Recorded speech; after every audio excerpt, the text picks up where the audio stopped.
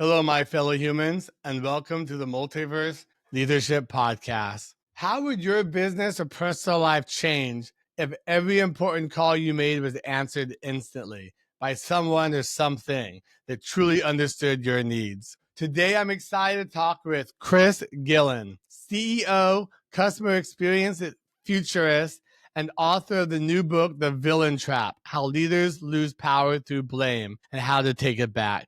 Chris leads caller-based AI, transforming how businesses connect with customers through voice technology, and he's passionate about helping leaders build trust and accountability in every interaction. Chris, welcome to the podcast. Justin, man, that was a great intro. I mean, I feel special. You should. That is what we're getting at here. And I have to tell you, man, I'm a huge Marvel fan. I've been a Marvel fan, and I've always wanted to be in the multiverse. Yes, so today I same. can say that I'm in the multiverse. That's actually where a lot of it comes from. I love that. It's awesome. We're so multi-dimensional too, you know?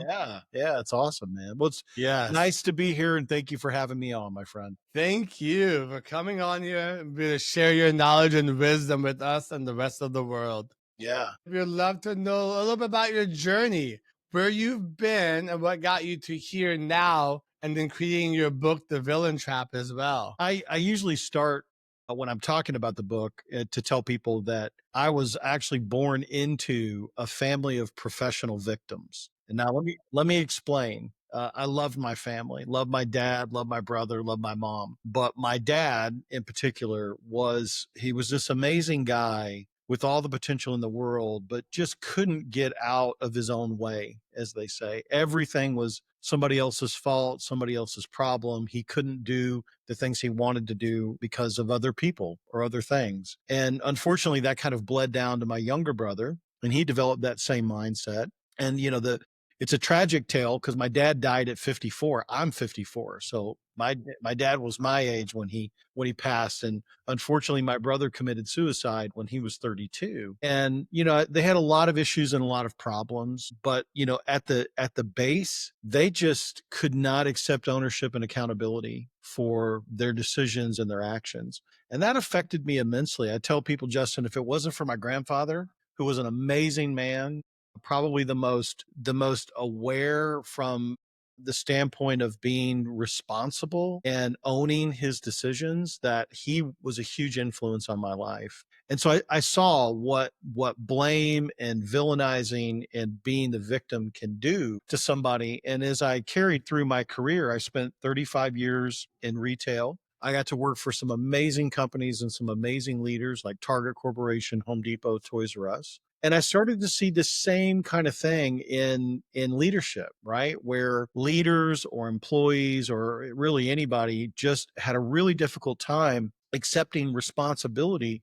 for their actions and decisions. So relative to the book, I tell people it's 54 years in the making. But the last 4 years, I felt called. I felt compelled to write this book, to try to get this book out because, I love how you say fellow humans, right? We're losing some of that, in my opinion. We're losing the whole reason that I believe we're here is to nurture and support each other as human beings, right? And so that's really the essence of the book. I've been very fortunate to have worked for these incredible companies, led thousands and thousands of people. And my hope is that people will have courage to read this book and that they will look at themselves, take a hard look at themselves and figure out, like, am I diminishing my worth because I'm not able to take responsibility and accountability for my actions? So that kind of led me to this place in time. I got serious about the book. I put it out. As you mentioned, I just launched a brand new company called Caller-Based AI around voice-driven artificial intelligence. So a lot going on, man, but the book is really kind of my main focus at the moment, and really kind of getting it out there and telling people about it and hoping if I can just change one person, right? If one person will read this book and go, you know what, I need to take responsibility and accountability for my actions and kind of what I say, get to their true story, their real story. That's what I want to do, man. Even if I have to do it one person at a time. I love that. That's absolutely beautiful. Helping people get to their real story. I bring people on here, it's always amazing the story they tell me from their journey, how they got here, and you're like, wow, how do you survive all that? You know, because you're pretty much at one point you're a survivalist until you realize that you said to get accountability, you're able to change your own life, your own future for your kids, etc. I kind of point the finger. I blame sometimes social media. Social media has got this, where we have to be perfect, right? You only Ooh, present the perfect things of your life, and that it changes how you look at yourself, I think, right? it Because at the does. end of the day, we're all flawed, all of us. There was only one perfect human being that ever lived, right? And none of us, it wasn't any of us. And so we're a little bit flawed, and we need to get back to this place that it's okay to acknowledge when we've made a mistake. It's okay to acknowledge when we screwed up, because that is strength. And that's what I try to help people understand, is that when you kind of put yourself out there as, I'm this perfect individual, look at my life, everything is great, I don't have any issues, you're diminishing your story, because the nuggets, the really good stuff is born out of our trials and tribulations and our failures Yeah.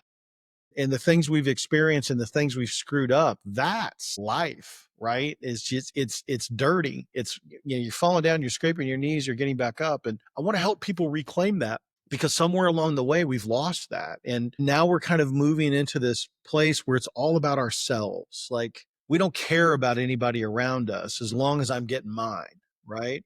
And we've got to get back to that place. There's so much research out there that says the key to happiness is helping other people. Like, it's proven. Like, if you want to improve your attitude and your well-being in your life, go help somebody and don't expect anything in return for it, right?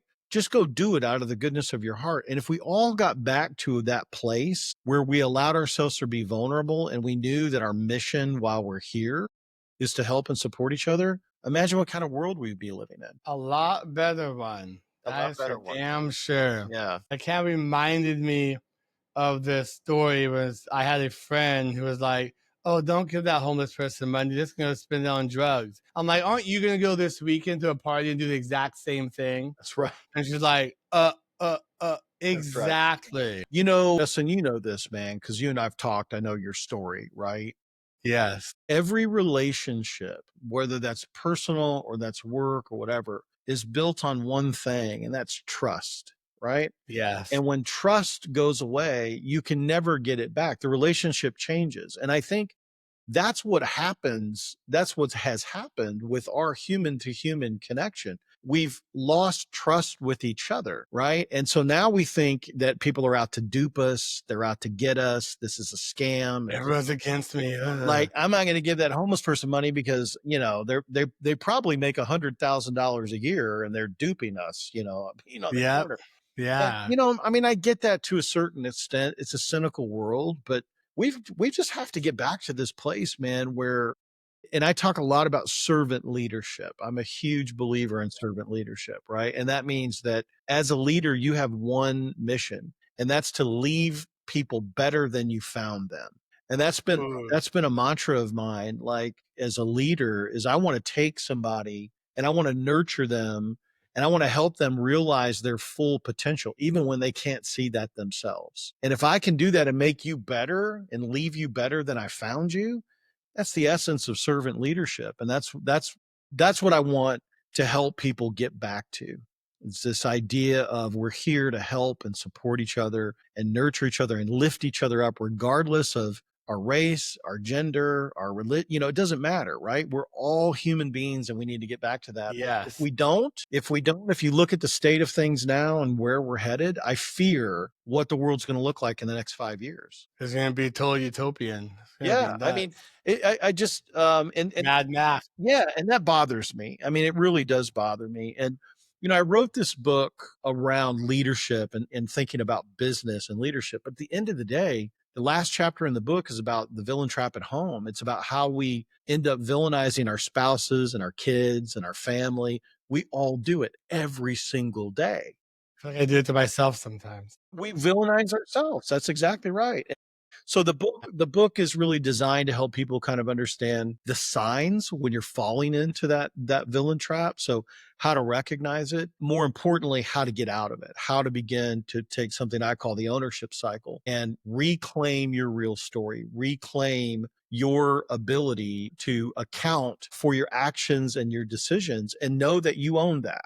Right? If you go out and make a decision, whatever it is, there's going to be consequences, good or bad. And a person who's Yeah. responsible and accountable will accept it regardless. Right. And so that's really the essence of the book and kind of what I'm hoping people will take a minute and read and kind of help us shift back to this place where we love each other because we all bleed. Right. We're all going to die. Like that's the one thing we all have in common. Like you can't get around it no matter who you are. It's But let's inevitable. get back to embracing the things that make us brothers and how we can help each other and nurture each other and get away from this it's all about me kind of stuff. I love that. So well said. Do you feel that some of us may be too far gone that we may not be able to get back to our true story? Yeah. Or is that just something that we tell ourselves? Yeah, that's a great question, man. And my humble and personal opinion is I think that's just a story that we tell ourselves because we don't want to face the reality of the things we don't like about ourselves, right? But that's what you have to confront. Lack of accountability or responsibility,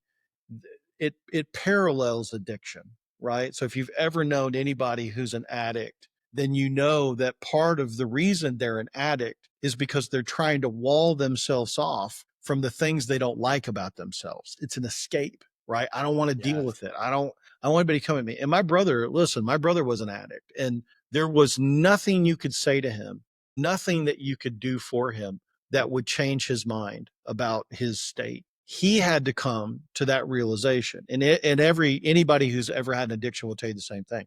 It I didn't have, and change, I feel right? I that. didn't Yep. change until I decided that enough was enough and I had You to couldn't tell me what to do. You could tell me to go to rehab. You could tell me to stop quitting. It's just like, F you. This is my life. You don't That's know right. about me. That's You right. don't know what I've been through. That's Yeah. right. So the falling into the villain trap, this very similar qualities, right? Because you know that you're partly responsible for any conflict that arises, right? Now there are real victims. You're standing at an ATM, somebody clubs you over the head, takes your money. That's a victim. But Yes. but being a victim by choice and using it as an escape to say, I don't have to recognize my failures and my shortcomings. Dangerous Very, very identity to similar. take on. And we've all worked in, we've all had those leaders, right? That you watch them make a horrible mistake and then you watch them point fingers and blame everybody else and they won't accept accountability, right? That's Yes. similar to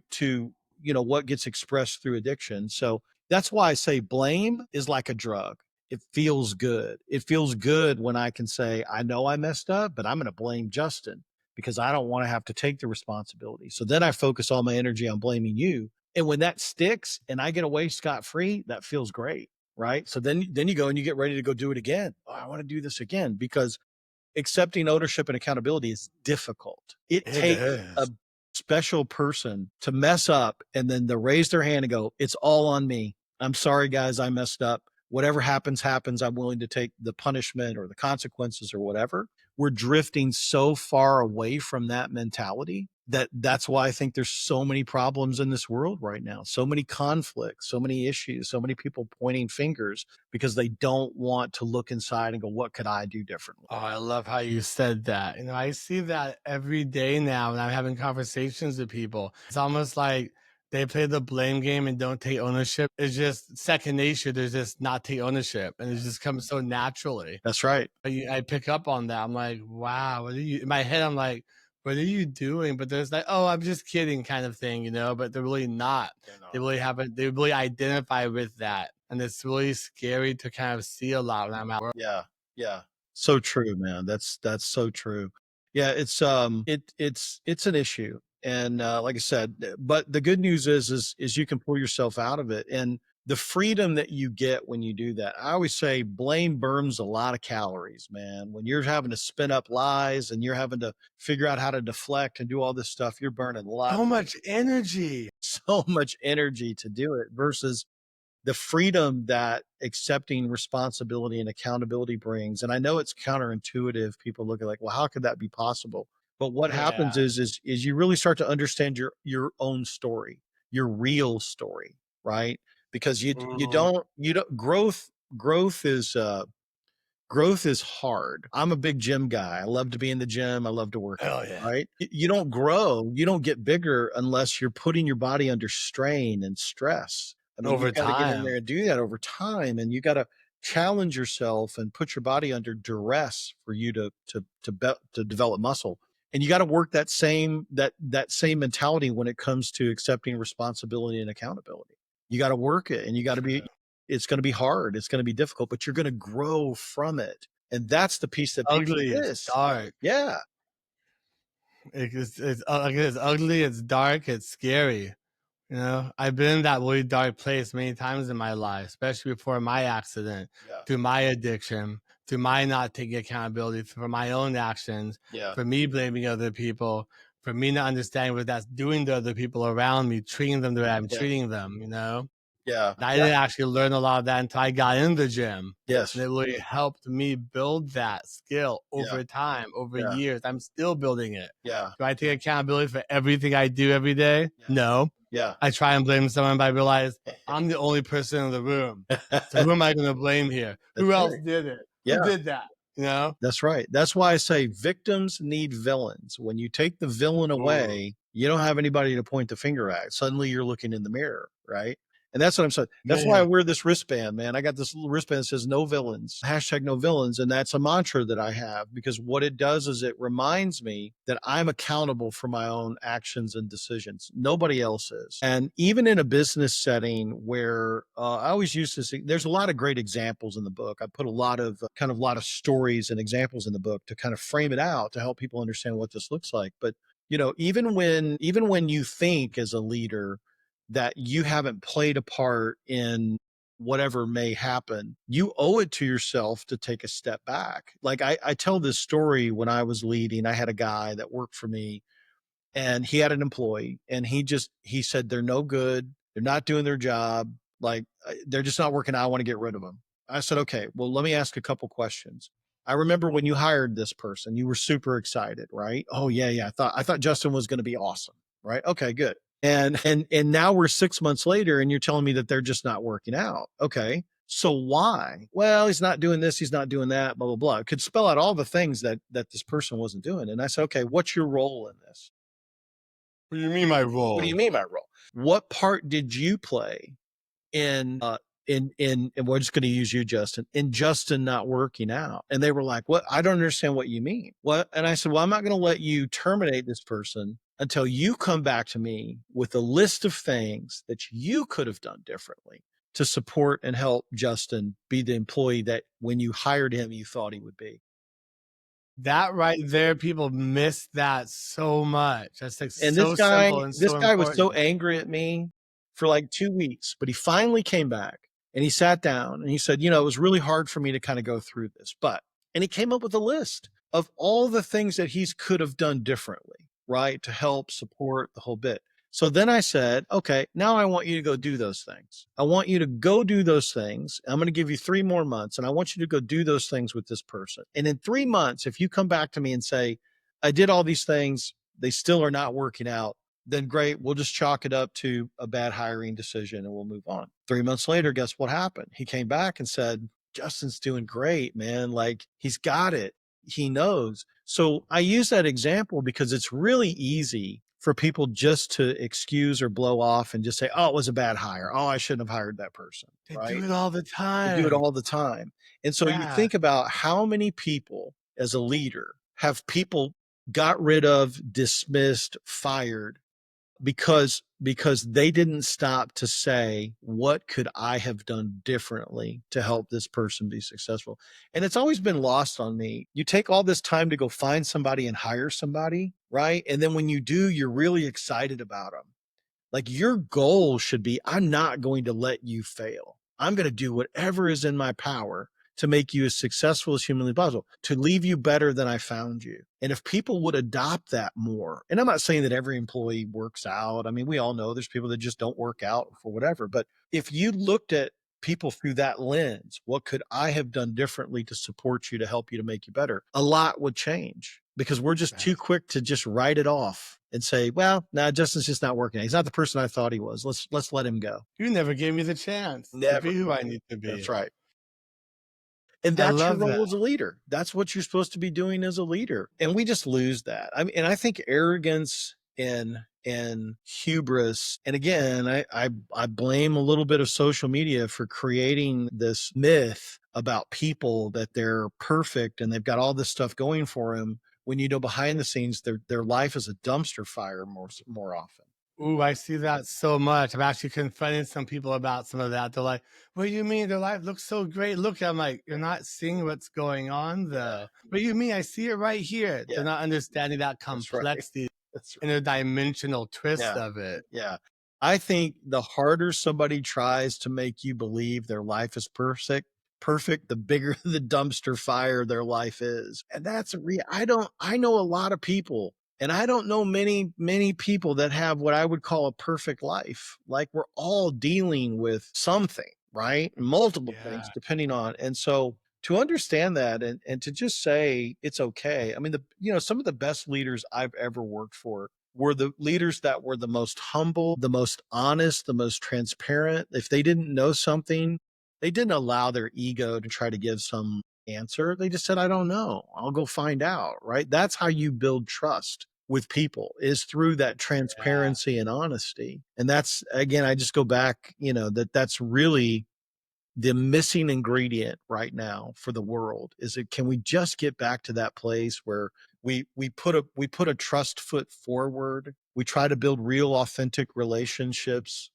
We show people the ugliness of our lives as much as we show them the things that are good in our lives, because that's real. Like LinkedIn, I do a lot on LinkedIn, and rarely do I see people post something bad. Like, oh my God, guys, I just screwed something up. Right. Normally, look at me, right? Look at me. I just did this, and look at me over here, and I'm doing this and I'm doing that. How cool would it be if people just started saying, hey, I'm posting today because I screwed something up and I want to just call it out and tell you what I've learned as a result of it. That's how people are going to learn, right? That's so true. Yes. I love how you said that, because being on those sites, especially LinkedIn, you brought that up. Sometimes it's really hard to be on there. It almost seems like a little bubble. It seems so unreal that it's just like fake. And it's a strange little hemisphere to be part of. That's right. And then, as I go out there trying to make connections with people, sometimes I feel like I'm the one being fake. Yeah. It's really hard to understand where your authenticity begins and where someone else's begins, or where yours might end. Yeah. It gets all convoluted. It's very hard to understand and get through it. Yeah. Let alone people not having these conversations like we are, but people out there trying to do it themselves and not understanding where to go, how to reach out. They're just kind of going in circles with the tail between their legs. Yeah. So true, man. Yeah. That story you were telling earlier about the leadership, though, that hits home, because I've never really had a good leader in my life or any business I've really worked for. Because I'm on the spectrum, the way you talk to me or interact with me is a lot differently. Especially when most leaders like telling you what to do and they're micromanaging you and not actually trying to meet you where you are. And especially I can read through a lot of that, read how they're treating me, what's going on with them. Yeah. Removes my respect from them. Yeah. But it's really unfortunate that even with that, even people who are working for these leaders, other people working for these leaders, they're seeing that leader and they see that perception of that leader through every other job they go through without actually changing their lens. Yes. Your condition is unfortunate. You're a product of your environment, right? And so you go to work for a bad leader, then what you're going to walk away with is a bunch of bad skill sets, right? And a bunch of convoluted way of thinking about all these leaders. That's why I always say leadership should always be personalized. I think, when I was coming up there, it was very much what I call command and control, right? I'm the boss. You just do what I say you're going to do and go do it, right? Don't push back, don't challenge, right? Okay, well, so we lived through that. Yes, sir. No, sir. Right. That's exactly what it was. And so, but now there's, when you think about the people you're leading today, it's such a diverse mix of individuals, personality, age, demographic, whatever. You can't apply a one size fits all leadership strategy to those people. You have to lead people differently. And then you get some people going, oh my God, well, you can't do that. You're going to treat this person differently than you are. Yes, I am, because the way I lead Justin might need to be tweaked and changed a little bit than the way I lead somebody else. And that's perfectly fine, right? We've just gotten this mentality where, oh, it's got to be the same and it's got to be standard and I can't do. I can scale this. I can sell this. Right. Come on. But that's why it's such a personalized, I think, process that companies have forgotten. When they make a decision to hire somebody for whatever position, they're making a commitment to nurture and develop and grow that person. Yes. And they've forgotten that, because it's just, today it's like a cattle call, right? It's just, I need people and Next, then next, the whole bit. And that's why people get so sour. That's why I say disengaged employees will never deliver engaged service, Justin. They can't. How can you 100%. think about what you just told me? If you're working in an environment where you feel beat down, you feel talked to, people are talking down to you, you don't feel motivated and nurtured. And then I turn around and tell you, well, Justin, you better give great customer service to every person that walks in the building. How are you going to do that? I'm like, you're kidding. Right. And so you're going to give me just enough, How are you today? What they call it, quiet quitting. Yes, quiet quitting. Just enough. That's exactly what you're not going to do. get fired. Yeah. And so for me, I'm like, companies need to wake up. They need to wake up that the demographic has changed. And this generation that's coming up, who's been born on technology and thinks about things completely different than my generation or the millennials, if they don't figure out how to change the way that they lead, the way that they bring people on, the environment that they create, the employee experience, you're going to see more and more businesses struggling to hire people. And then eventually they're going to go out of business. If you look now what's happening with companies like Starbucks and McDonald's, and these are companies that have never hit a road bump, right? Quarter after quarter, they're delivering their revenue and their financials. And now they're not, because that relationship, that dynamic is changing between what the employee. Don't pull a Blockbuster. Yeah, right, exactly. Well, it's changing because the company thinks we expect employees to do this, and employees are saying we expect the company to do this, and there's a divide. And until you bridge that gap and you develop that place where, people are waking up excited to come in and come to work, not necessarily for the work that they're doing, but for the culture that's been created, that I feel energized. I used to say in my last company, somebody asked me, they said, what's the role of a CEO? What do you do? And I said, I have two jobs. One is just strategic vision. How do I keep the company moving forward, right? Like, what else can we do? The second piece is to nurture and support and remove roadblocks for everybody in the company so they can perform their best. And so if 90% of the time you're waking up every day excited to come to work because you feel valued and nurtured and heard, then I've done my job. Somebody said, well, why isn't 100%? And I said, I don't know anybody that wakes up 100% of the time excited. Like, this is your business, not mine. I work for you. I'm not building this. That's right. But listen, and if you think about why people love where they work, it's exactly what we've been talking about. It's because I enjoy the people that I'm surrounded by. I feel heard. I feel valued. I understand what I'm doing. I like what I'm doing. It doesn't have to be my end all job that I'm going to do forever, but I enjoy it because of the culture that's been created. And then that feeds down to customers. Customers will feel that. It's a byproduct of the culture you've created in your company. Sam, I love how you put the part about the vision, because as a CEO, you just want to make sure that everyone's always on board with that vision. So that kind of starts with the hiring process. Most companies don't have legal hiring processes. They just find someone to fill a spot, and that's it. By not understanding the person that need to bring on, making sure they understand the vision and where the company is trying to go and get them on board with that, then them understanding what kind of culture they may or may not fit into by asking more multi-dimensional questions and making their leadership more multi-dimensional than it actually is. Yeah. So I get that. That's exactly right. And that's why I was also, when you mentioned that earlier, a lot of those leaders, they're not multi-dimensional. And that's kind of the unfortunate part. They're coming from a place of one dimension. I've always done it this way. This is how it will be done. I will teach them how to do this, and that's how it will be. But you have to get multidimensional. You have to come from a place of, I always say, of healing, of self-leadership. How you do one thing is how you do everything. How you're leading yourself, that's how you're leading your company. Hands-on or hands-off. That's Like, right. what are you doing? Fast Company, the magazine, just put an article out that they polled, like, I don't know, I forgot what the number was, 500, 600, 700 of this Gen Z generation that's coming up.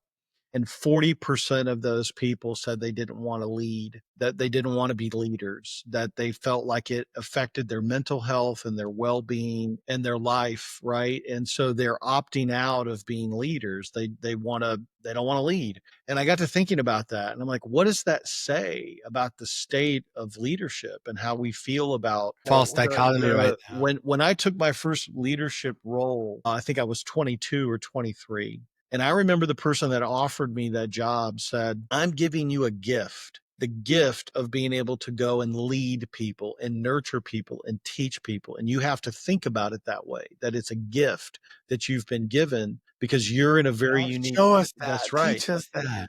You're in a unique position to help people change their lives for the better. And that makes me sad when I hear 40% of people that just say, I don't want to do it. It's not worth it.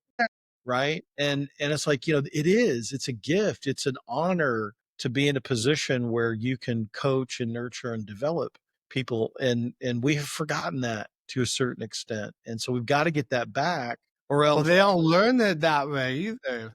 They just think the leadership is, okay, I have to manage, make less money, have all this responsibility, manage a team, but not understanding there's more that goes into that with leading the team. That's right. No one's teaching them these differences. Right. They just see that underpaid, overworked, and they're just like, no.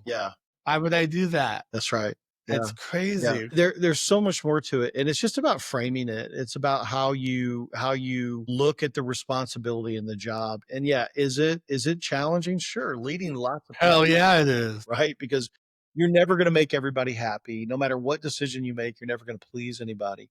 But that's a small price to pay for the influence and the impact that you can have on a person. And that, I go back to what I said, the key to happiness, in my opinion, and there's so much out there on this that I believe it is just helping others. I mean, I always tell people, like, if you've ever, whatever it is, you've stopped to help somebody on the side of the road, or you did something for somebody kind of spur of the moment, and then you get that overwhelming appreciation from them. Thank you so much. I can't believe you did this. You walk away feeling different, don't you? You do. You walk away feeling warm, enlightened, like, oh my God. Right. I feel like human. That's exactly right. That's why I say, if I have a 33-year-old son, and he works in the hospitality industry. And so he's dealing with customers. He's on the front line, right? That's rough, I hear. Right.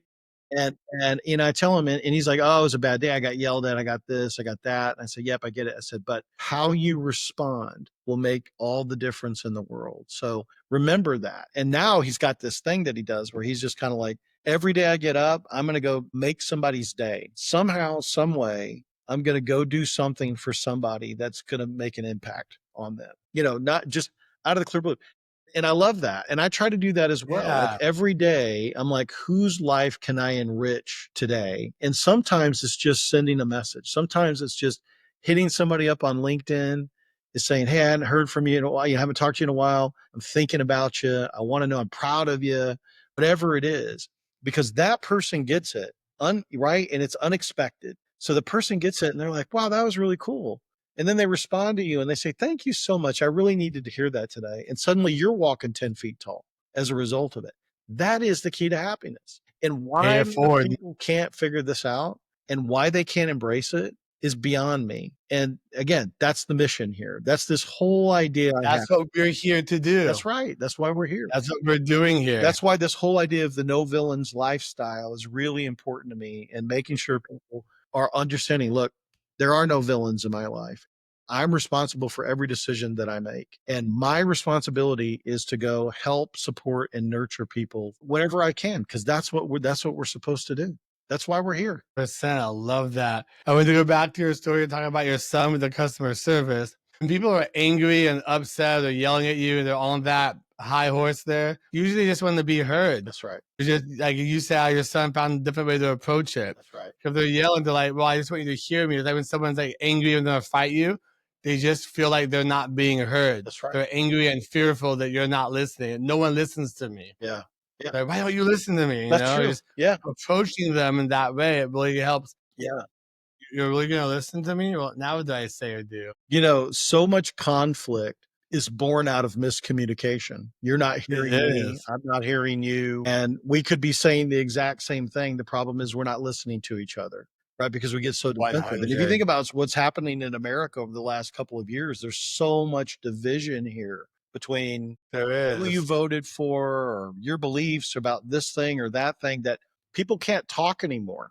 Like they can't come together. They can't sit down at a table and they can't respectfully disagree and listen. Bite your head off, right? Because you're going to get beat up, you're going to get yelled at, and that's a dangerous place for society. Canceled, right? It's a dangerous place for people to live. It's it makes me sad, Justin, but that's why I wrote this book, because I'm out to change it. And even if I have to do it one person at a time, that's what I'm going to do. I love that's all it really takes is one person at a time. It's kind of like that compounding effect and pay it forward. Help one person change their life and have them change another.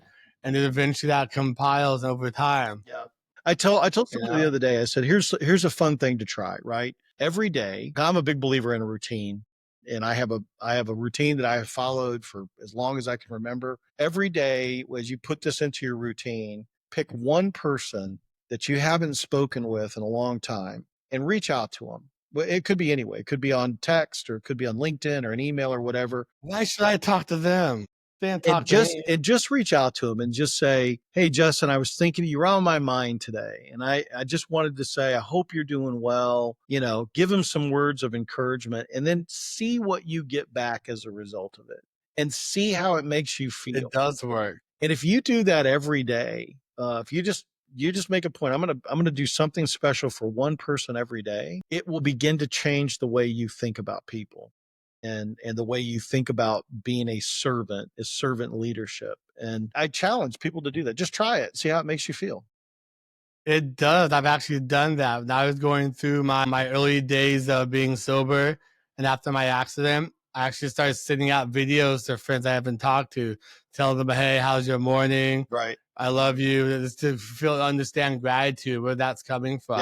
Yeah. And it really did help. And it was like, I feel more human. I feel connected. Yeah.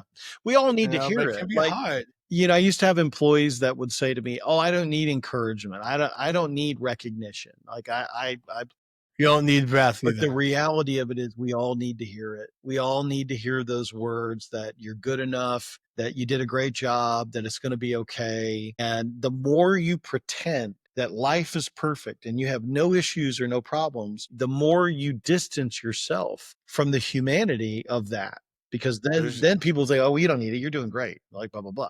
But like I said, the reality is your life's a dumpster fire. So you really do need it. So embrace the fact that life isn't perfect. Embrace the fact that everybody, regardless of how much money you make or where you are, has issues and problems, and it's okay to talk about those. It's okay to say, I didn't do something or I screwed something up. It makes you more powerful at the end of the day than trying to pretend everything is perfect. Makes you more human. That's exactly right. Yeah.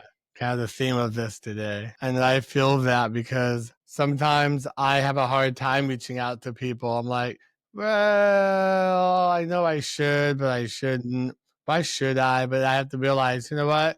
I'm being selfish if I don't. I'm not helping them if I don't. Yeah.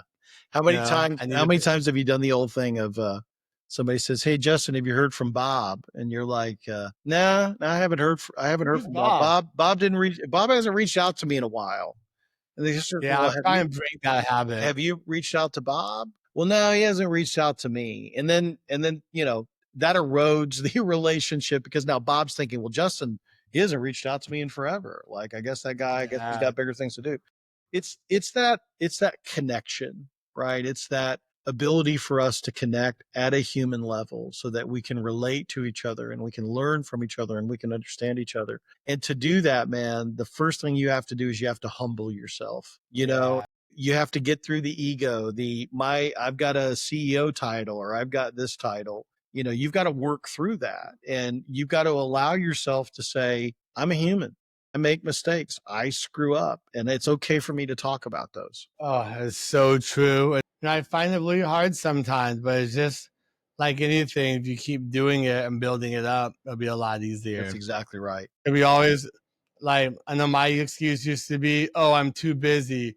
Oh, I have too much going on. Or you hear that from people. That's right. I'm working on this. I'm working on that. And then you just get more far away and more far away. And then before you know it, you're just like, who am I? Where are my friends? Where are my life gone? I'm 85 years old now. What have I done with my life? That's right. That's exactly right.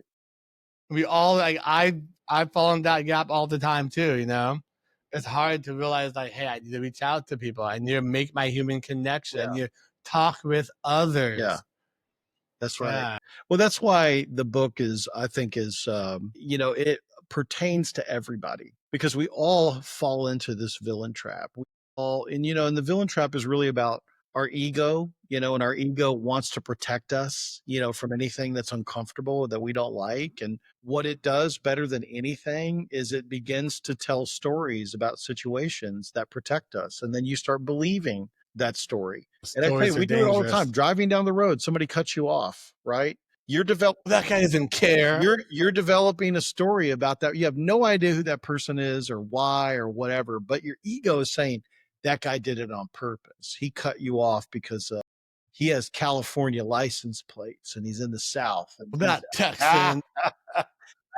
It's my dig being in the South, a little bit, but that's what we do. We villainize, right? We villainize and we create these stories, and then we justify those stories, right? And that what happens with that is that justification is powerful. You do. That's what you need to really set the hook, as they say, right? Like, and there's some great stories in the book about how people end up doing this and what happens when we allow ourselves to go down that road. But, one of my favorite things, man, when I talk about this ownership cycle and how you get out of it is, first off, it's awareness. You got to know you're falling into it. And we give you some signs. Gotta wake up. Right. But the second thing, and reframing's been around for a long time, right? But what we tell you is the 5 most powerful words that you can say to yourself when you know that story is starting to form is, what else could be true? You stop, right? You keep yourself from going down that track of your ego telling you the story. And you say, wait a minute, what else could be true? That person that cut me off, she's got a screaming kid and she's dealing with that and she wasn't paying attention. Maybe I need to give her a little bit of grace, right? And so you pull yourself out of this ego-driven story, and you start to think about what else could be true. The last chapter in the book is about how we villainize at home. And I love telling this story because a friend of mine read it. She has a teenage son. And after she read the book, she called me and said, can we set up some time to chat? I said, sure.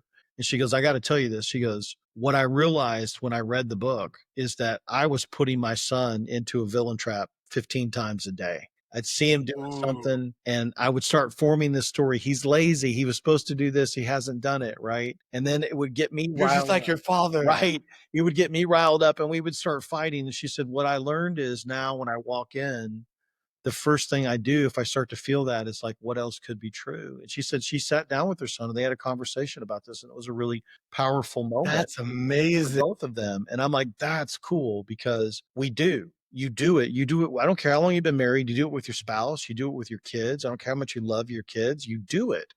And so recognizing what it is, how to identify it, and then how to correct it is game changing. It will change your relationships. I'm telling you, if you just have the courage to read the book. And you've got to be willing to pick it up, and you've got to be willing to open your heart and your mind and look at it what it is. Is this me? Have I done this? And I guarantee you 100% of people who read this book will say, yes, I do. Yes, I've done it. I've done it. Because we all have done it. And so that's the power, I think, of the book. It's helping people rise above that, reconnect with the humanity of the reality of their life and redefine the relationships they have with people. That's what this book will do for you. Yeah, it's so powerful. I'm actually gonna have to read your book now too. I actually had it in my cart and I just never checked out with it. I fall into that villain trap too, 100%. Everybody does, man. Somebody said to me, Especially with the stories. The stories are powerful and strong. And I filled the book with a lot of stories because I think that's the way people can relate. But Yeah. somebody said to me, they said, Chris, I don't know if a lot of people are going to read your book. And I said, why? And they said, it's because it's a mirror. You're looking at yourself when you're reading it, and you've got to be willing to read it. I mean, you've got to be willing to say, this could be me, because there's going to be stories in there that you're going to go, I did that. It was me. But that's okay. That's how you get better, right? Stop being bitter. That's how we learn. That's how we And understand. so I really encourage people, because look, the secret of being an author, unless you're Dean Koontz or somebody like that, you make no money on a book. I didn't write this book to make money. That's not what I did. I wrote this book because it was on my heart to write it. And I said, if I can just help a few people understand that they're in this, they're living this way, and they can change it and they can improve their life, then that's payment enough for me. That's why I wrote the book. I think we should challenge our audience out there listening to pick up this book, grab a copy, and just start reading it. Yeah. Don't read the whole thing at once. Don't get overwhelmed if you've never read before. Nice. Yeah. 5 pages here, 5 pages there. Yeah. 10 minutes a day here. This is the book. Multiple books. That's fine. It's available on Amazon. It just dropped on Audible. So if you like audiobooks, it's on Audible. There's a Kindle version that's out. I'm doing that one right now. Yeah. I would tell your audience, man, that yes, that if you are in a place where you're not happy and you're trying to pretend that your life is perfect and everything is great, and as a result of that, you're stressed, you're sick, you have these strained relationships, be it work or at home, do yourself a favor and take a minute and read this book. And I guarantee you, even if you don't like the book, I guarantee you there'll be a handful of practical things that you can do that if you do them will make a massive difference in your life, because this is what we all need right now. We all need a dose of being able to say, and I alone am responsible for the decisions and the actions that I make. And when you embrace that and you take responsibility for those, good or bad, it just changes the way you see life. So powerful and so well said. Hear the audience, please pick up the book as soon as you can. Very life-changing. I just want to thank you so much for coming on here today. There's been so much amazing information that we've heard from you. I want more. We have to have you back on here again. Yeah. This time after I read your book, that we can really deep dive. We'll do that, and we'll talk about the world of AI and what's happening there, because that plays in this book as well, man. It's like what the future looks like and what leadership is going to look like. But look, Justin, I love your story. I love what you're doing, man. You're a brave guy to go through these trials.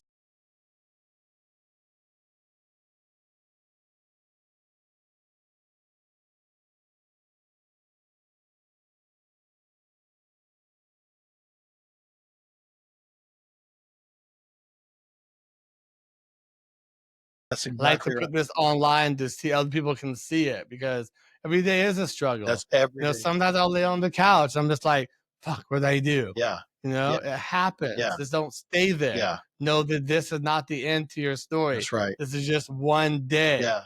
Yeah, many days to come. I have to remind myself of that. Listen, man, you're an inspiration. You're an inspiration to a lot of people, and a lot of people will benefit by hearing your story. And a lot of people are going to benefit exactly what you just said. I struggle every day. We all struggle every day. That's just the reality of life. Yeah. So let people see it. Let people learn. 100. Right? Because what it is, it's authenticity. It's not fake. It's not made up. So I appreciate, man, from the bottom of my heart, you having me on this. I hope your podcast continues to grow, your followership continues to grow, and keep fighting the good fight, brother. Hell yeah, brother. I love that guy. Thank you so much, Chris. Before we go, I do like to ask you one last question. And this probably really goes well with what we talked about today. What does it mean to you to be a human being? Yeah. Well, I think we've explored that in this hour of conversation. But here's the thing to me. What it means to be human for me is helping other humans. That's what it means to me. We're not here to do anything other but to love thy brother and to serve and support each other and nurture each other and expect nothing in return for that. If I can help you in some way, I want to be able to do that. That is the essence of humanity, right? That's really who we are and why we're here, and what we're supposed to be doing is just helping each other for no other reason than just to help each other and love each other. And so that to me is if you can do that and you can do that every day, you are fulfilling your humanness for certain. Humanity is not lost. That's right. Thank you so much for that. Very well said. I love how everyone answers that so amazingly. Like I was saying earlier, the only bad way to answer is to not answer at all. Is to not answer at all. Yeah, that's exactly right. Yeah. Well, thank you again, Chris. I appreciate your so much time today. Thank you. Thank you, Justin. Hope to have you back on here again. All right. Take care, man. Bye. Bye-bye.